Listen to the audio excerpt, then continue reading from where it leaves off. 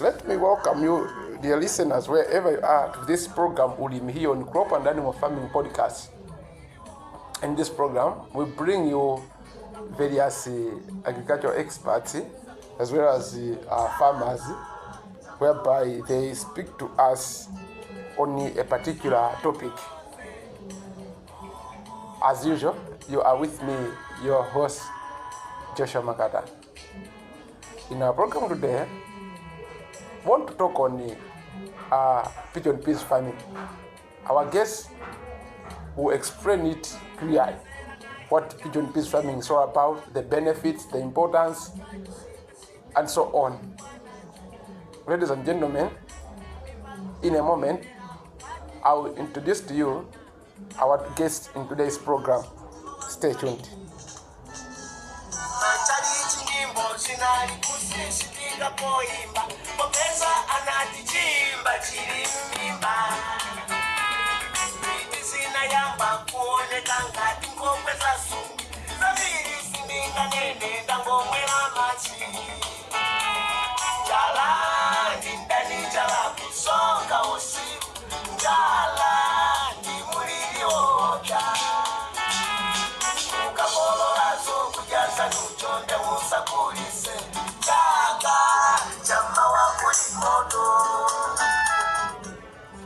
Well, as I said earlier on, in today's program, we'll talk on pigeon peas farming, and our guest is ready to talk to us. In the first place, let me welcome you, madam. Thank you. Listeners out there may wish to know, who are we talking to in today's program? Can you please introduce yourself? Yeah, I'm Miss Malodo, one of Pigeon Peas farming here in Malawi. Thank you very much, Ms. Malodo. Feel welcome in the program. Thank you. The first place, for how long have you been in the pigeon peas farming? We have been pigeon peas farming for almost 21 years now. Sure. Being in a particular type of farming for 21 years, I think it's beneficial. This type of farming is beneficial. Yeah. Yes. There's a lot of benefits. We'll talk about that one inside the program. Yes. How land for pigeon peas is prepared? Yeah, a pigeon peas land is prepared like any other crop. First, you have to select the place you want to grow your crops. Then you create up. After that, you cultivate it. After cultivating, you're waiting for the land to come. So after the land comes, is when you take your pigeon peas seeds, then you plant in the area that you have been cultivated. Sure. What is the difference, or how is it differ, planting pigeon peas alone and mixing it with some other crops? Is there any difference in as far as production is concerned? Yeah.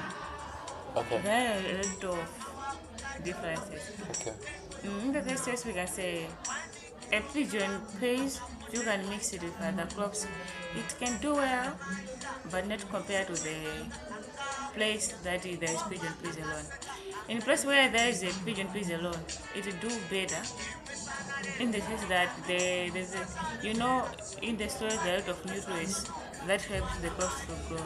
So this time around, the nutrients that is there, that is found in the soil, is only taken up by the pigeon peas compared to the area that is being mixed with the other crops. So they just share the food nutrients that are in the soil. So the production itself, or even the outcome, it differs. Because to this side, they are sharing up the nutrients, and even compared to the other side that there is pigeon peas alone. So in terms of not only for the nutrients, even air.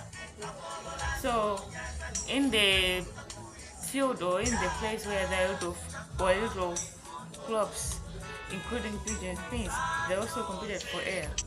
So you can see that in the area where there is a lot of crops, including pigeon peas, can do, but not much better when in a place where there is a lot of where there is pigeon peas alone. Sure. Does pigeon peas require fertilizer? No, doesn't require fertilizer. Why? The food nutrients that is found in the soil is enough to the pigeon peas to grow. It doesn't require to fertilizer. So what it is, other crops to require fertilizer, it's like the food nutrients or what they gain from the soil is not sufficient for them to grow. So with pigeon peas, it doesn't require much nutrients as compared to other crops. So food nutrients that is found in the soil is enough for the pigeon peas to grow and produce. Sure. In a situation that you have planted pigeon peas alone in a field, and assuming that the rain is not sufficient, or can irrigation be applicable to that scenario? Yeah, irrigation is applicable. Okay. For every crops, including pigeon peas, requires moist and water to grow. So, as I've said, in a situation where there is no rain, irrigation can pick up.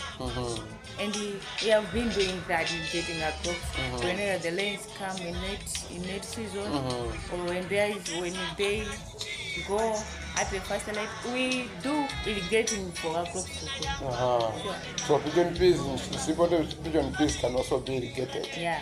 Okay. And again, I wanted to know on the harvesting itself. How after you have harvested the pigeon peas, maybe before going to that, how do you take care of the pigeon peas in the field in order for the production to be bumper? We have a lot of activities for us to come up with a bumper harvest. After we have planted, we have to make sure that the place itself has only pigeon peas. So what we do, we make sure that there is no weight in the area that we are cultivated. We cut off the small weeds, we call it weeding. So after some time, we do banking.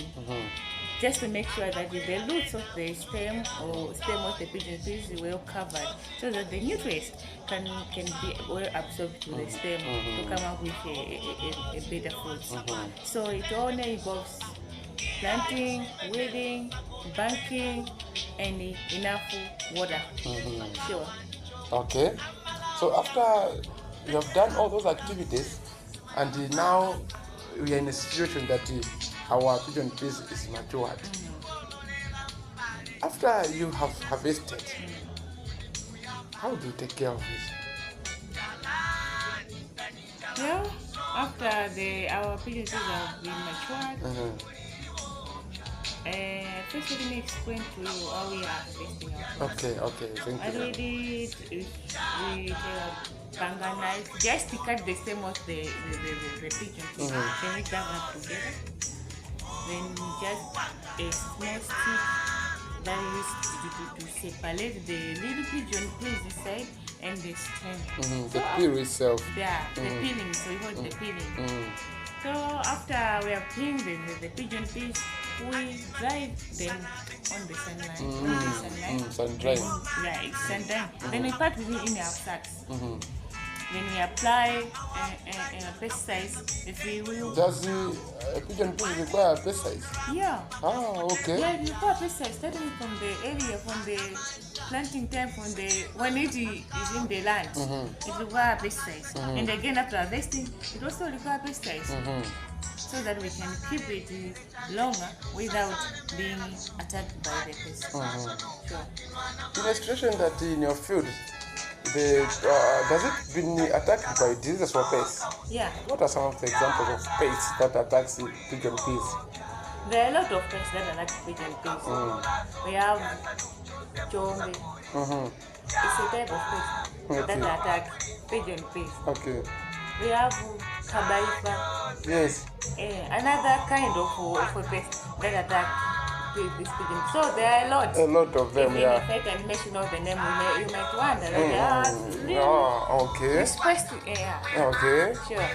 So after they have been attacked by, how do you handle? Yeah, we have expertise here that help us that helps us to tell that, oh, this type of pest it requires or it needs such pesticides. So before we reach that extent, they also help us the time we want to cultivate this crop. They come and tell us and give us information and give us if still knowledge how we can do it. So in terms of we have pesticides in our garden, we call for the agriculture expertise. But for me, we are also an agriculture expertise. I know on my own that this kind of pest requires a such pesticide. Or this kind of pest is an element or it's an alert that this crops like a certain nutrient that it needs to grow them. So we just no, if it requires pesticides, we just buy the pesticide. If it requires certain nutrients or if it lacks something, we make sure that the one that is lacking is available for it. In the first place, you said you have been in the pigeon peas farming for many years. Yeah. What has been some of the problems that you have encountered in the process of farming pigeon peas? Yeah, we have made it with a lot of challenges. We have talked about the climate change. As I have said, that this crop that to grow it needs a lot of rainfall or a lot of water to grow.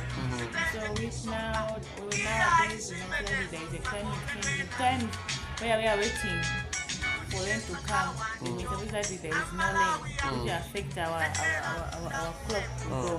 And even after the rain has come in a closer time, you have planted, the seed has germinated. Sometimes it may happen that the rain go away faster. It's when we use the irrigation to just make sure that the crops will bear fruits or we have the bumper harvest. So first place we can say the climate change has affected us from. In the second place, we can say the issues of pest. Yeah, because the pest is a certain thing that is unwanted for us. If we have pest in our garden, even the harvesting itself, it is reduced. So the second thing we can talk of the pest, but by and by, we are trying much to make sure that there will be no longer pest in our garden. And then the third part, we can talk of the thieves. Yeah. It may happen that you may took a good care of our crops, whatever you have tried your best, and the crops bears a lot of fruits. But remember that there are certain people that might come and took up your crops. So those are some of the changes that we are making as a farmer. We want to go for a break, but as we are going to break it, I want you to be thinking of some of the ways of overcoming those challenges that you have mentioned. How can you overcome, or how do you overcome? Because being in the pigeon farming for such a long period of time, it means that you had some ways of how you could handle those problems that you have mentioned. So as we be going for break, as we be coming back from break, we'll start from there on what are some of the ways that we put forward in order to overcome those challenges. Dear listeners, wherever you are, we want to go for a break. But in case you have just joined us, we are in the program Ulimi here on the Crop and Animal Farming Podcast, and in today's program, our guest is telling us more about pigeon peas farming. We are going for a break, and we'll be coming back very soon.